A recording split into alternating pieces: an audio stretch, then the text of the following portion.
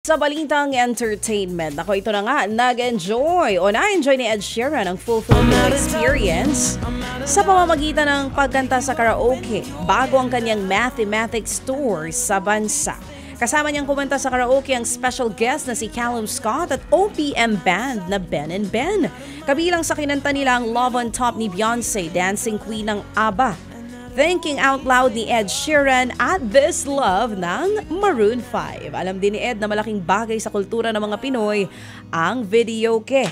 Nitong Sabado lang nang ganapin ang mathematics tour ni Ed Sheeran sa SMDC Festival Grounds.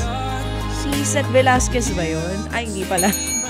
Tama! Kamukha lang. Samantala, hindi raw suportado ni na Kim Chiu at Paolo Avellino ang workplace romance o pagkakaroon ng special someone sa trabaho. Sa media ko nang paparating nilang seryeng What's Wrong with Secretary Kim, sinabi ni Paolo na gusto niyang laging maging professional sa kanyang trabaho. Para naman kay Kim, hindi naman ito maiiwasan pero mas importante raw na maayos ang trabaho kaysa sa personal na buhay. Ganun! Sigurado naman ang dalawa nakikiligin ang mga manonood sa What's Wrong with Secretary Kim. Inilabas na ni pop icon Ariana Grande ang pinakabago niyang album na Eternal Sunshine. Kabilang sa album ang kantang We Can't Be Friends. Ang ganda nito. Trending online ang galing sa pag-arte ni Ariana sa music video ng naturang awitin. Heartbreaking ang tema ng music video kung saan inspired ito sa pelikulang Eternal Sunshine of the Spotless Mind. Tungkol ang awitin sa mag-ex na hindi na pwedeng maging friends. Bukod dyan, kasama rin sa bagong album ang kantang Yes and na unang nilabas si Ariana nito lamang Pebrero.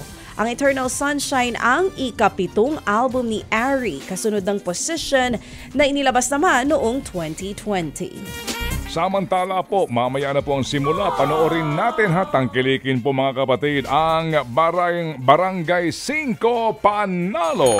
Mamaya po yan at 5:30 p.m. sa TV5 kasama si Kagawad Gerald Napoles at si SK Kayla. Si Kayla, anong kanyang family name? Rivera. Kilala niyo siya, si Kayla? Mamaya makikilala niyo na siya. Opo. Ang ganda nito.